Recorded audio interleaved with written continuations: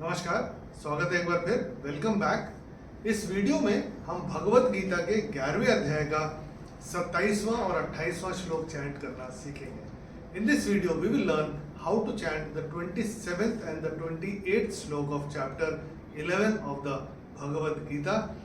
27वें श्लोक को हम इस तरीके से चैंट करते हैं एंड द 27th श्लोक गोज लाइक दिस।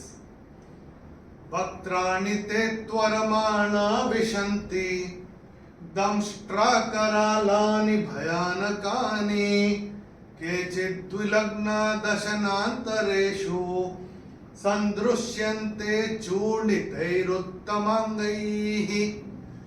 चलिए देखते हैं इस श्लोक में कौन कौन से नियम लागू होते हैं, the rules that apply on this shlok. Let's have a look.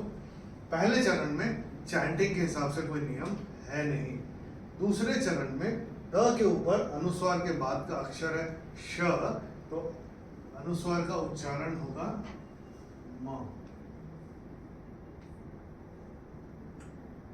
तीसरे चरण में चैंटिंग के हिसाब से कोई नियम है नहीं।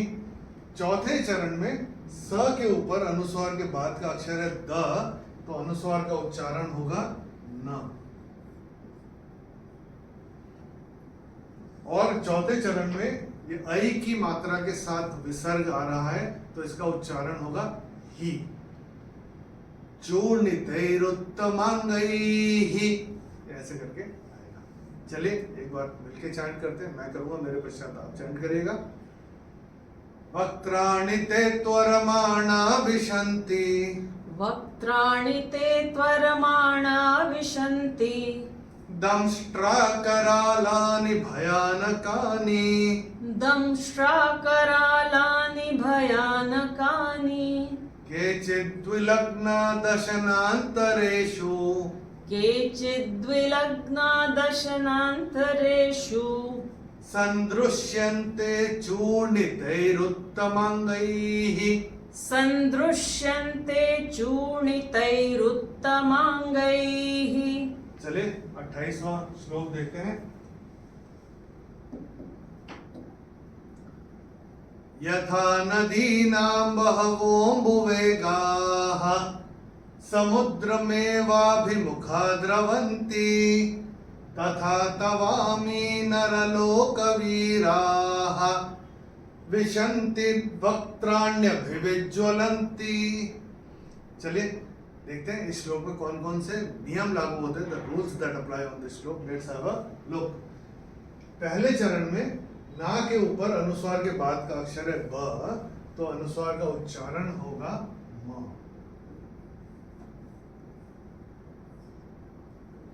दूसरे चरण में चैंटिंग के हिसाब से कोई नियम है नहीं।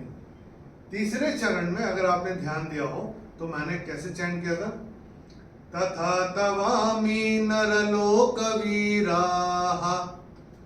आपकी किताब में वीरा दिख रहा है, यहाँ पे आप विसर्ग लगा लीजिए, क्योंकि जब यहाँ संधि छूटेगी तो यहाँ पे विसर्ग आएगा। आप अपनी किताब में विसर्ग लिख के रख लीजिए। चौथे चरण में चैंटिंग के हिसाब से कोई नियम है नहीं। चलिए एक बार मिलके चैंट करते हैं। मैं करूँगा, मेरे पश्चात आप चैंट करिएगा। यथा नदीनां बहवोऽम्बुवेगाः यथा नदीनां बहवोऽम्बुवेगाः समुद्रमेवाभिमुखा द्रवन्ति समुद्रमेवाभिमुखा द्रवन्ति तथा तवामि नरलोकवीराः तथा तवामि नरलोकवीराः विशन्ति वक्त्राण्यभिविज्वलन्ति विशन्ति वक्त्राण्यभिविज्वलन्ति। चलिए इसमें एक चीज का ध्यान रखिएगा, ये न के बाद ये जो य पूरा है इसका उच्चारण सुनाई देना चाहिए।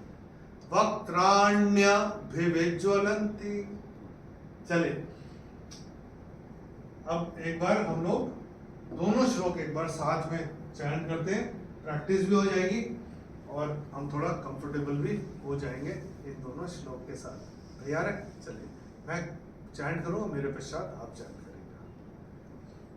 वक्त्राणि ते त्वरमाणा विशन्ति वक्त्राणि ते त्वरमाणा विशन्ति दंष्ट्राकरालानि भयानकानि दंष्ट्राकरालानि भयानकानि केचिद्विलग्ना दशनान्तरेषु केचिद्विलग्ना दशनान्तरेषु सन्दृश्यन्ते चूर्णितैरुत्तमाङ्गैः सन्दृश्यन्ते चूर्णितैरुत्तमाङ्गैः यथा नदीनां बहवोऽम्बुवेगाः यथा नदीनां बहवोऽम्बुवेगाः समुद्रमेवाभिमुखा द्रवन्ति समुद्रमेवाभिमुखा द्रवन्ति तथा तवामि नरलोकवीराः तथा तवामि नरलोकवीराः विशन्ति वक्त्राण्यभिविज्वलन्ति विशन्ति वक्त्राण्यभिविज्वलन्ति। प्रैक्टिस करते रहिए, प्रैक्टिस करते करते आएगा। और हम आशा कर रहे हैं कि जो नियम हम आपको बताते जा रहे हैं वो नियम आप अपनी किताब में नोट करके रखते जा रहे होंगे।